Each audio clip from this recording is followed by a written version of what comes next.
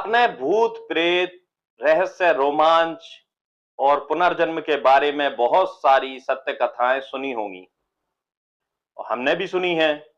लेकिन पिछले दिनों हमारे सामने जो सत्य कथा आई उसे जानकर हम भी हैरान हो गए।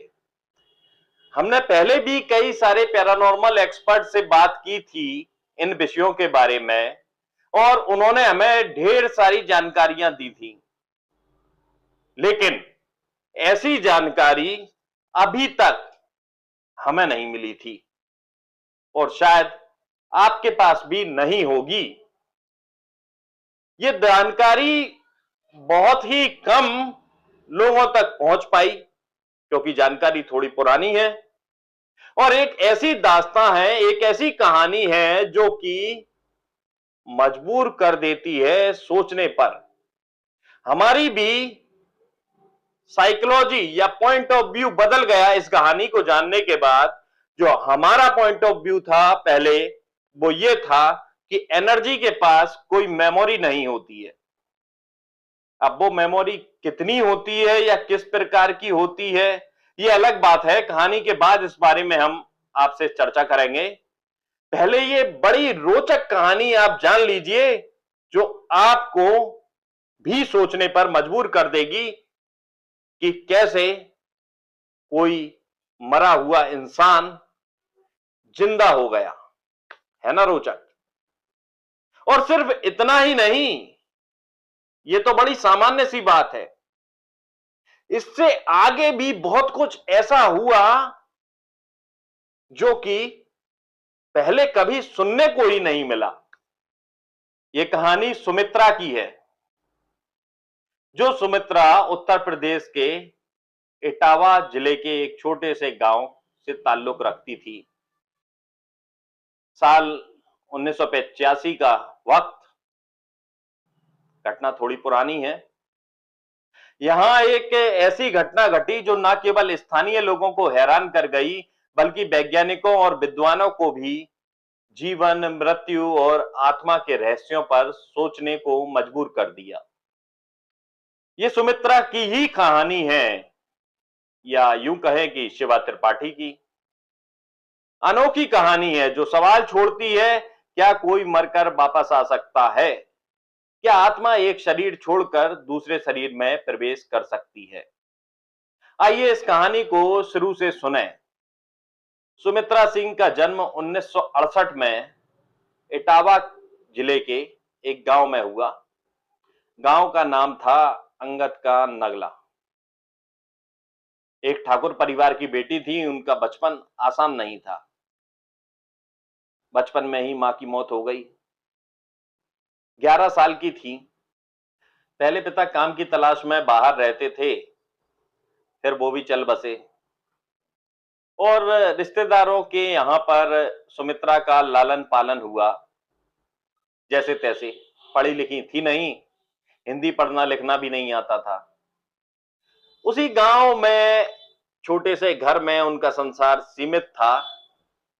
जैसे तैसे कर गुजर बसर चल रही थी। 13 साल की उम्र में, यानी साल 1981 में सुमित्रा की शादी जगदीश सिंह से हो गई। जगदीश सिंह भी गांव में रहने वाला एक ग्रामीण व्यक्ति था। बहुत धनी और संपन्न नहीं था।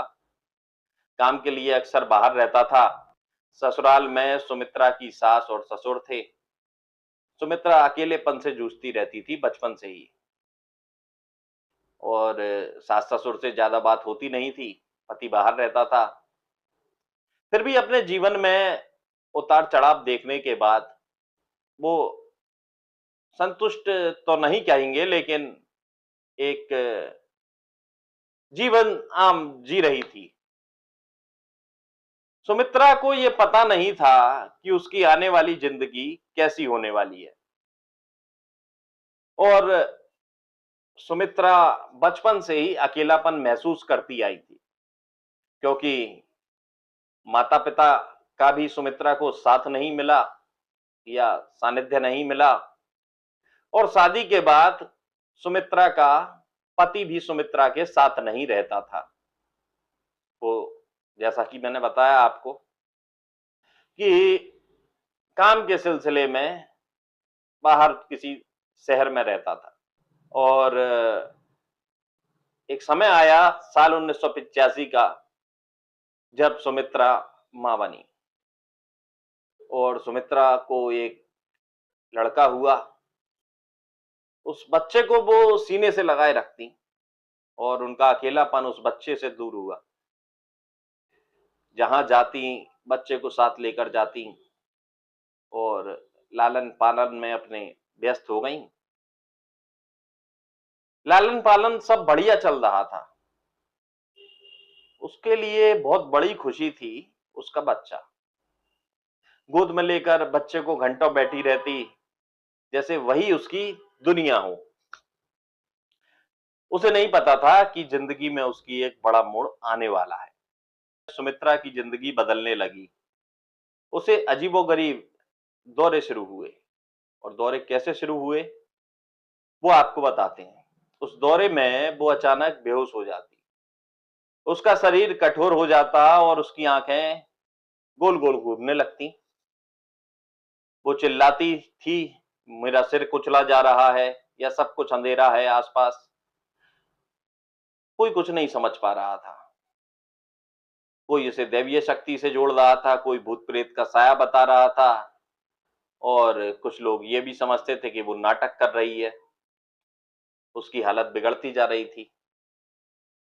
एक दिन वो कुएं पर पानी भरने के लिए गई और उसे ऐसा ही दौरा आ गया। दौरे की शुरुआत कुछ इस तरह हुई कि सुमित्रा अपने बच्चे को पकड़े हुए थी। एक हाथ में बच्चा, एक हाथ में पानी का बर्तन,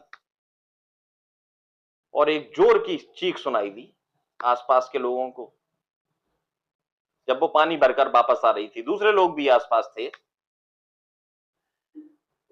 जब लोगों ने चीख सुनी तो उसको जाकर देखा। उसकी आंख की पुतलियां गोल गोल कुछ घूम रही थी और उसका शरीर बिल्कुल कड़ा हो गया था। एक हाथ ऊपर और एक हाथ में बच्चा। बच्चे को उसने कसकर पकड़ लिया था, इतना कसकर कि बच्चा भी छटपटा रहा था, रो रहा था। जैसे तैसे कर लोगों ने उसे चेतना में लाने की कोशिश की, उसे जगाने की कोशिश की। उस पर पानी डाला गया, पानी पिलाया गया। थोड़ी देर में वो ठीक हो गई, घर पर आ गई। 2-4 दिन बीते कि 2-4 दिन बाद फिर वही दौरा। ऐसा दौरा जो कि एक असामान्य था। इस दौरे के दौरान न सिर्फ आंखें गोल गोल घूमती थी, जैसा कि कुछ हॉरर फिल्मों में दिखाया जाता है, बल्कि दांत भी किटकिटाते थे, जुबान बंद हो जाती थी और कोई वक्त नहीं था कि कोई एक तय वक्त हो जब सुमित्रा को दौरा आने वाला हो, उसकी जानकारी हो। एक दिन किचन में घर के खाना बनाते बनाते सुमित्रा को दौरा आ गया। घर के लोगों ने देखा, गांव में आसपास चर्चा शुरू हो गई कि कोई मसला है, शायद भूत प्रेत है या कोई दैवीय शक्ति है जो सुमित्रा को तंग किए हुए है। लेकिन सुमित्रा जब होश में आती थी और उससे पूछा जाता था कि तुम्हें याद है तुमने क्या किया, तो वो ये कहती थी कि उसे कुछ भी याद नहीं। और तो और उसे ये लग जरूर रहा था जब शुरुआती 1-2 दौरे आए कि कुछ हुआ है और कुछ ऐसा हुआ है जो लोग मुझे बता नहीं रहे हैं, मुझे याद नहीं है। लेकिन क्या हुआ है उसे ये नहीं पता था। उसके साथ क्या होता है ये भी सुमित्रा को नहीं पता था, कि उसका शरीर अकड़ जाता है, दांत वो किटकिटाती है, आवाज बंद हो जाती है, आंखों की पुतलियां घूमती हैं और अजीब तरह की हरकतें करती है। एक हाथ आसमान की तरफ होता है। बड़ी गजब स्थिति। घर वालों ने वैद्य का इलाज कराया। नीम हकीम तात्कालिक समय पर हुआ करते थे, उनसे परामर्श लिया। झाड़ फूक कराई गई, ओझाओं के पास ले जाया गया, देवी देवताओं से मन्नतें मांगी, मंदिरों पर ले जाया गया, लेकिन कोई असर हुआ हो ऐसा नहीं कह सकते। लगातार 3-4 महीने, 2-2, 4-4, 6-6 दिन के अंतराल में सुमित्रा को ये दौरे आते रहे। अब 16 जुलाई 1985 की शाम को फिर सुमित्रा की स्थिति ऐसी हुई, एक दौरा फिर आया,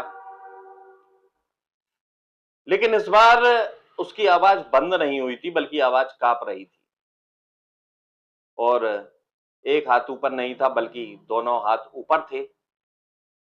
वो बैठ गई अपनी ही जगह पर, और बैठकर उसने जो कहा उसे सुनकर सबके रोंगटे खड़े हो गए।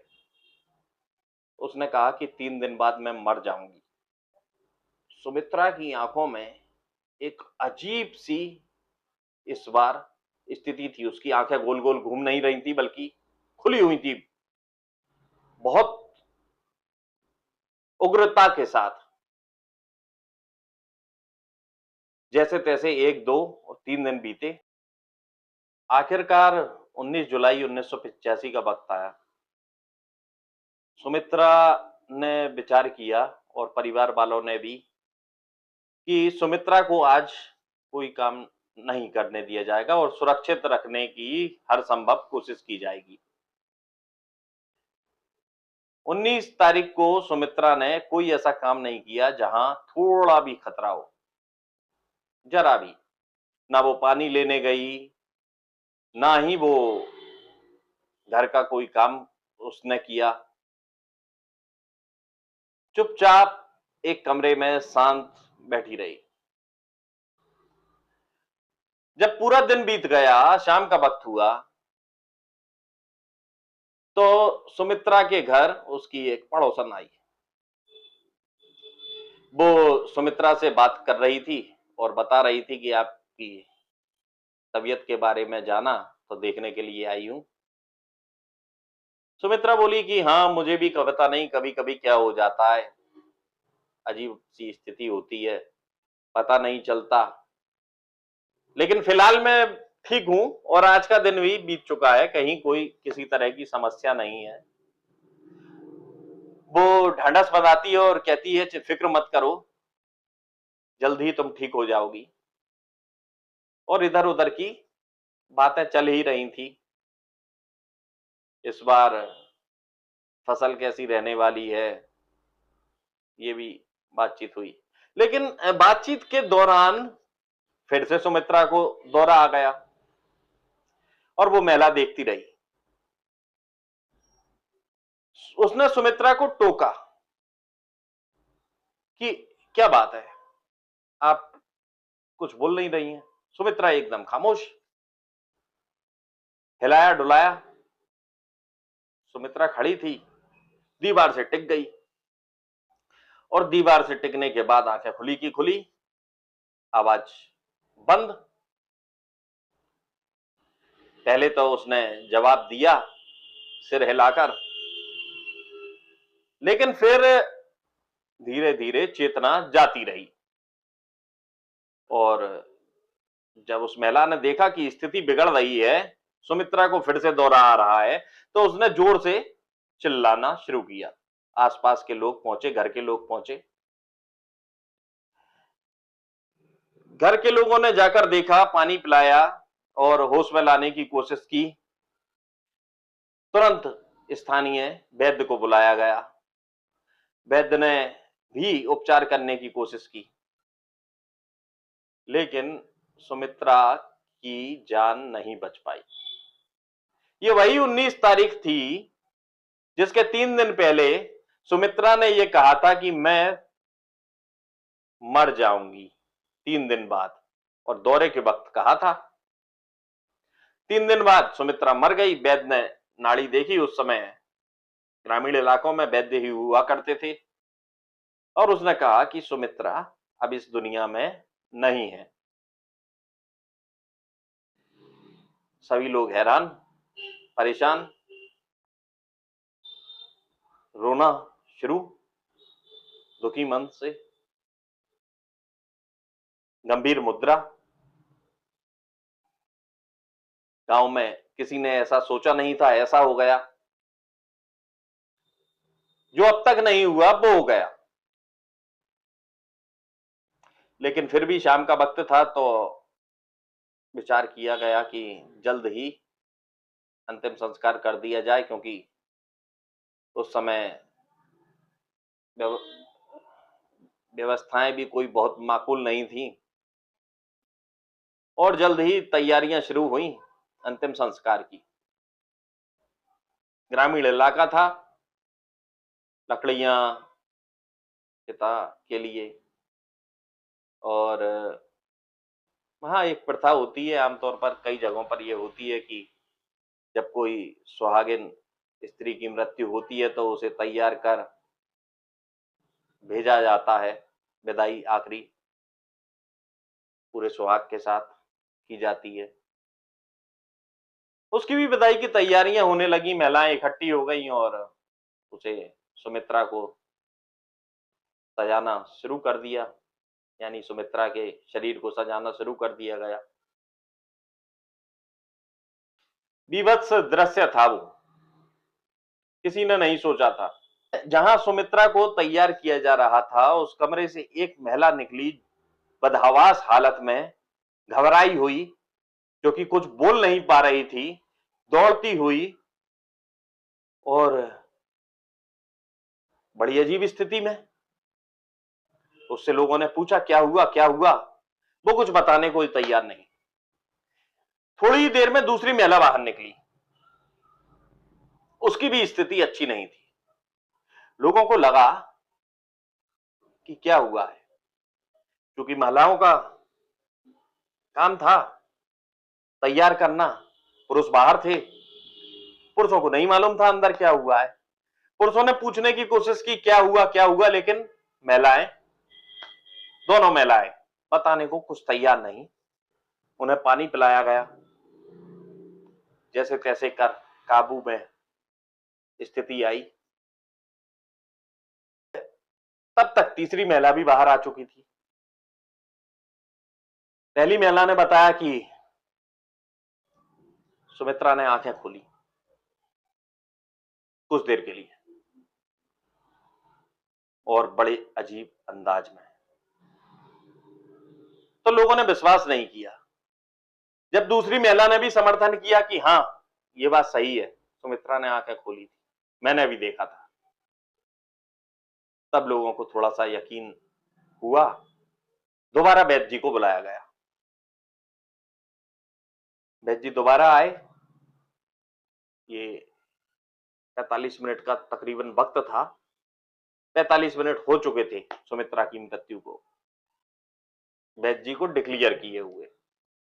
दोबारा आए और उन्होंने नब्ज देखी, दोबारा से जांच की, तो उन्होंने भी कहा कि हलचल हो रही है और सुमित्रा अब जीवित है, इसे थोड़ा सा अकेला छोड़ दो और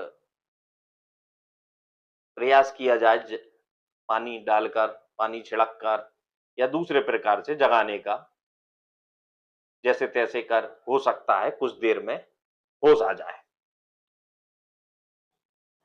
आखिरकार वही हुआ। सबकी आंखों में खुशी छा गई जैसे ही सुमित्रा की पलकें हिली, उंगलियां भी कांपने लगी, धीरे धीरे सांस लौट आई, और वो जैसे ही उठकर बैठी तो परिवार वालों की खुशी का कोई ठिकाना नहीं रहा।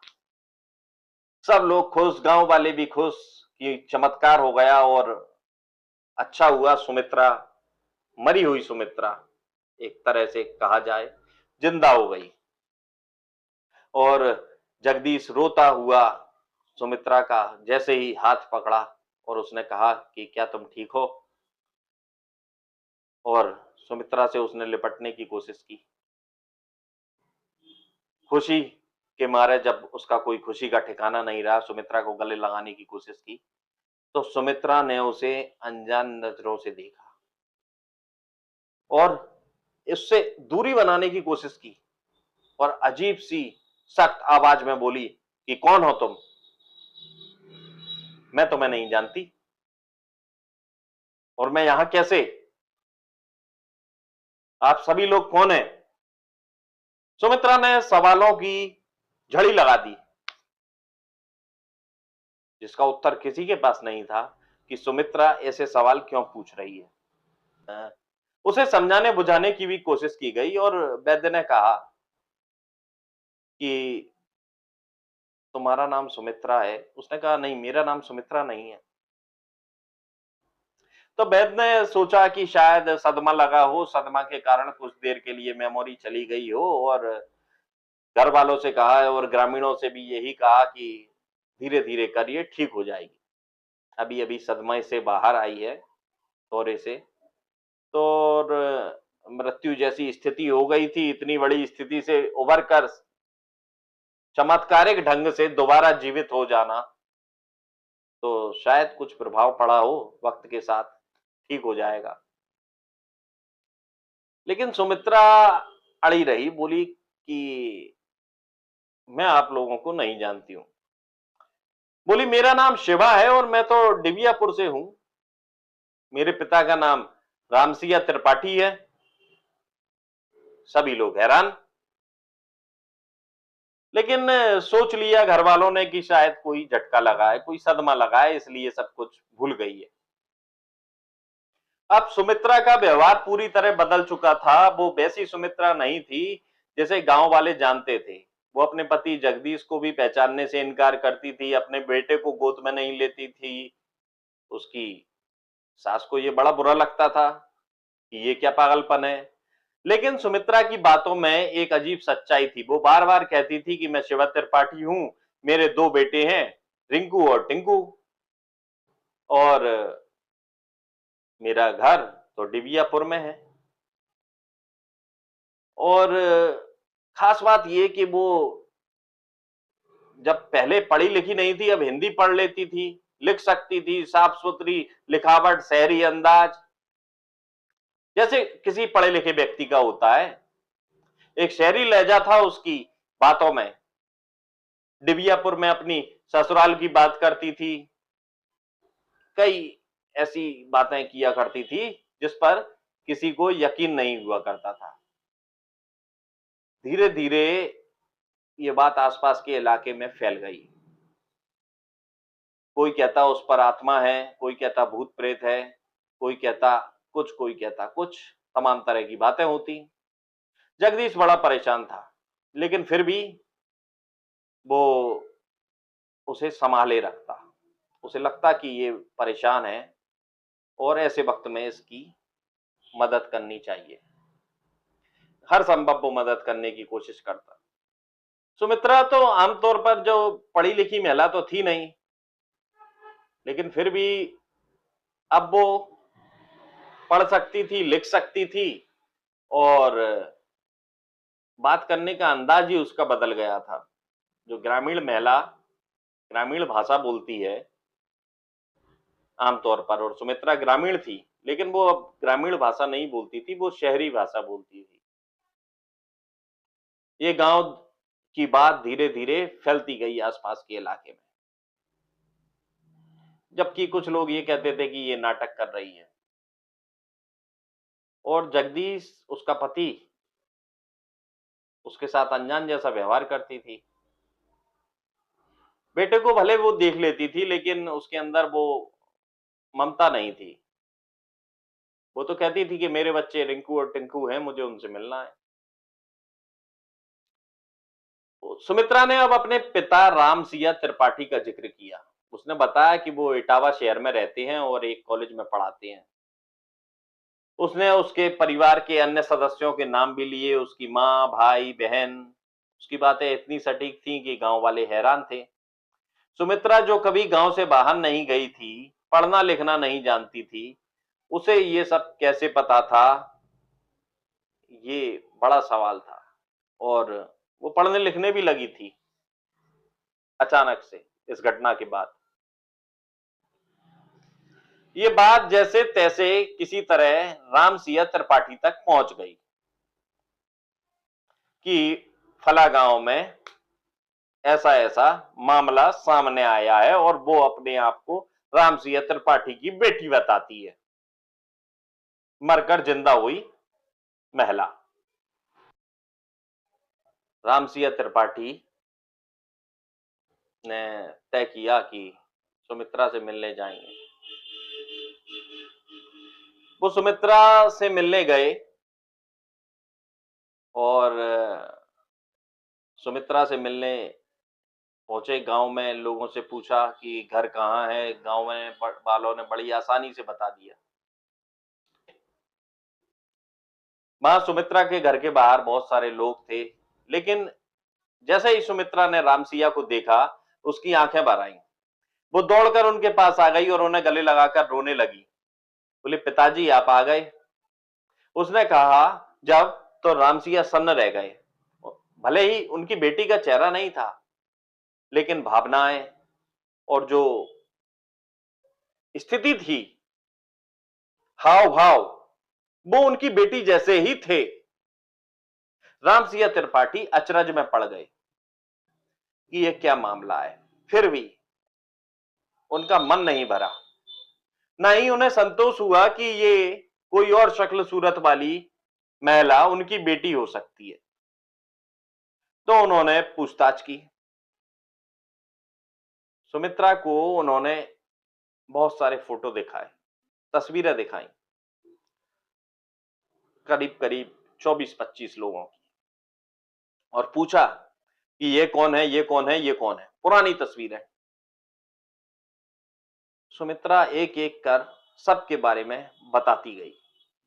उसने अपने पति के बारे में बताया कि ये छेदीलाल, ये ससुर, ये मेरा भाई, ये माँ, सबको, रिश्तेदारों को पहचानती गई और बातें बताती गई कि ये तस्वीर कब की है, ये तस्वीर कब की है, ये तस्वीर कब की है। सुमित्रा ने वही बताया जो सब कुछ शिवा को पता था, अपने पिता रामसिंह त्रिपाठी को। फिर रामसिंह त्रिपाठी ने बताया कि उनकी बेटी की मौत, शिवा की मौत 3 महीने पहले हो चुकी है। शिवा का जन्म 24 अक्टूबर 1962 को हुआ था और 1980 में उसकी शादी डिबियापुर के छेदीलाल से हुई थी। जी हाँ। उसके 2 बेटे थे, रिंकू और टिंकू, और ससुराल में सास, ननद, पूरा परिवार। रहस्यमयी परिस्थितियों में 18 मई 1985 को शिवा की मौत हुई थी। जो फोटो दिखा रहे थे शिवा के पिता, सुमित्रा के शरीर, या यूं कहें सुमित्रा को दिखा रहे थे तस्वीर, या फिर शिवा को दिखा रहे थे तस्वीर, क्योंकि शरीर तो सुमित्रा का था। तो उसको जब तस्वीर दिखा रहे थे तो एक तस्वीर ऐसी आई जिसके बारे में सुमित्रा नहीं बता पाई, कुछ नहीं बता पाई, और उसकी जुबान बंद हो गई। उससे पूछने की कोशिश की गई, जब इतना सब कुछ तुमने बता दिया है तो फिर ये एक आखिरी तस्वीर। तब सुमित्रा ने खुलासा किया कि ये मेरी नंद की तस्वीर है और इसी ने मुझे मारा है, इसी ने मेरी हत्या की है, मेरे सिर पर वार किया था। हत्या के बाद में लाश को जला दिया गया था, अंतिम संस्कार कर दिया गया था, कोई सबूत नहीं था। हाँ, शिवा के पिता को इस बात पर यकीन था कि उसकी बेटी के साथ में कुछ ना कुछ गलत हुआ है, लेकिन जब तक कोई ठोस सबूत ना हो तब तक क्या किया जा सकता था। बाद में हुआ यूं कि शिवा के पिता ने मामला दर्ज कराया ससुराल वालों पर। त्रिपाठी परिवार ने शिवा की ससुराल वालों पर मुकदमा तो किया, लेकिन सबूतों के अभाव में वो सभी बच निकले। सुमित्रा अपने बच्चों के बारे में पूछती थी, यानी कि सुमित्रा के शरीर में जो शिवा थी वो अपने बच्चे रिंकू और टिंकू के बारे में पूछती रहती थी, जैसे वो उनकी माँ हो। आखिरकार रामसिंह त्रिपाठी ने भी सुमित्रा को गले लगाया और बेटी को लेकर इटावा वापस आ गए और माना कि ये प्रकृति ने नैसर्गिक न्याय किया है। लेकिन अब सुमित्रा का पति जगदीश वो अपनी पत्नी को खो चुका था और उनका बेटा भी अपनी मां से दूर था। गांव वाले सुमित्रा को अजीब तरह से बिहेव करते थे। आखिरकार हुआ ये कि सामाजिक और पारिवारिक उथल पुथल जैसी स्थिति बन गई। रामसिया सुमित्रा को भी अपनी बेटी की तरह, शिवा की तरह मानने लगे। उन्होंने जगदीश को शहर में बुला लिया, उसके लिए नौकरी की व्यवस्था कर दी। कुछ समय बीता और समय के साथ साथ हालात भी बदलने लगे। अब रिंकू टिंकू भी, यानी कि शिवा के जो बच्चे थे, वो भी सुमित्रा के साथ रहने लगे। सुमित्रा के परिवार के लिए हालांकि ये स्थिति बहुत कठिन थी, फिर भी सुमित्रा को ज्यादा दिन त्रिपाठी परिवार के पास नहीं रहना पड़ा। बाद में जो बातें सामने आती हैं उनमें पता चलता है कि सुमित्रा ने फिर जगदीश को ही अपना पति स्वीकार कर लिया, यानी शिवा ने जगदीश को अपना पति स्वीकार कर लिया, ये भी कह सकते हैं। और इसके बाद में एक लंबा जीवन जिया, तीनों बच्चों का लालन पालन किया, 2 शिवा के बच्चे और 1 सुमित्रा का बच्चा। ये कहानी जब गांव से बाहर निकली तो और वैज्ञानिकों तक पहुंची तो 1985 में वर्जीनिया विश्वविद्यालय के डॉक्टर इयान स्टीवनसन भारत आए। उनके साथ थे डॉक्टर सतीवंत पासरिचा और एंटोनिया मिल्स। ये पुनर्जन्म और अजीब अनुभवों का अध्ययन करते थे। उन्होंने सुमित्रा से मुलाकात की, बहुत सारे लोगों के बयान दर्ज किए, पूरी बाकायदा एक रिसर्च की और एक नतीजे पर भी पहुंचे। सुमित्रा ने उन्हें अपनी कहानी सुनाई, शिवा के जीवन, उनके ससुराल, उनकी मृत्यु की। उसने बताया कि उसकी ननंद ने उसकी हत्या की थी। शोधकर्ता हैरान थे, बहुत सारे प्रमाण भी उन्होंने जुटा लिए थे। सुमित्रा जो कभी डिबियापुर नहीं गई थी, इतनी सटीक जानकारी कैसे दे रही थी। उन्होंने 62 लोगों से तकरीबन बात की, सुमित्रा का परिवार, त्रिपाठी परिवार और गांव वाले। शोधकर्ताओं ने हर बात की जांच की। क्या सुमित्रा और त्रिपाठी परिवार पहले से मिले थे, नहीं मिले थे? सुमित्रा और तो पढ़ लिख नहीं सकती थी, तो ये भी संभव नहीं कि अखबारों से ये कोई जानकारी मिली हो। और सुमित्रा को कोई आर्थिक लाभ भी नहीं था, जो कि वो शिवा बने या कोई मानसिक बीमारी हो, वो भी नहीं थी। शोधकर्ताओं ने देखा कि सुमित्रा हिंदी पढ़ लिख सकती थी अब, जबकि पहले नहीं। उसका व्यवहार भी बदला था, पढ़ी लिखी महिला की तरह हो गया था और वैज्ञानिकों ने इसे रिप्लेसमेंट रीइंकार्नेशन कहा। ये एक दुर्लभ मामला। यानी सुमित्रा के शरीर ने आत्मा को छोड़ा, शिवा की आत्मा ने उसमें प्रवेश किया और ये मान लीजिए कि पुनर्जन्म की तरह स्थिति हो गई। इसको किताबों में लिखा गया, कहानी को शोध पत्रों में दर्शाया गया। दुनिया भर में पुनर्जन्म के अध्ययन के मामले में ये एक महत्वपूर्ण उदाहरण माना जाता है और अब भी इसे अध्ययन के तौर पर लिया जाता है। इस कहानी में अनूठा क्या था? इस कहानी में अनूठा ये था, फिर 16 जुलाई को 1985 को ये घोषणा किसने की कि 3 दिन बाद सुमित्रा की मौत हो जाएगी। ये सामान्य प्रकरण नहीं है। 16 जुलाई को दौरा जब आया सुमित्रा को, तो संभव ये है कि इस मामले में, इस पैरानॉर्मल मामले में इन्वॉल्वमेंट किसी और पैरानॉर्मल एनर्जी का भी है। ये सवाल हम पूछ रहे हैं और कमेंट करके अगर आपको इस संबंध में कुछ राय रखते हैं या आप कोई राय देना चाहते हैं तो बताइएगा। क्योंकि ये एक बड़ी विचित्र बात है कि 16 जुलाई को एक घोषणा होती है कि 3 दिन बाद मृत्यु हो जाएगी, एक अजीबोगरीब स्थिति में जिसे भूत प्रेत आदि इत्यादि वाली स्थिति माना जाता है, और वाकई 3 दिन बाद मृत्यु भी हो जाती है, और मृत्यु के बाद कोई और आत्मा उस शरीर में प्रवेश कर जाती है। बड़ा विचित्र मामला है, इससे पहले आज तक ऐसा मामला पैरानॉर्मल की दुनिया में सामने नहीं आया है।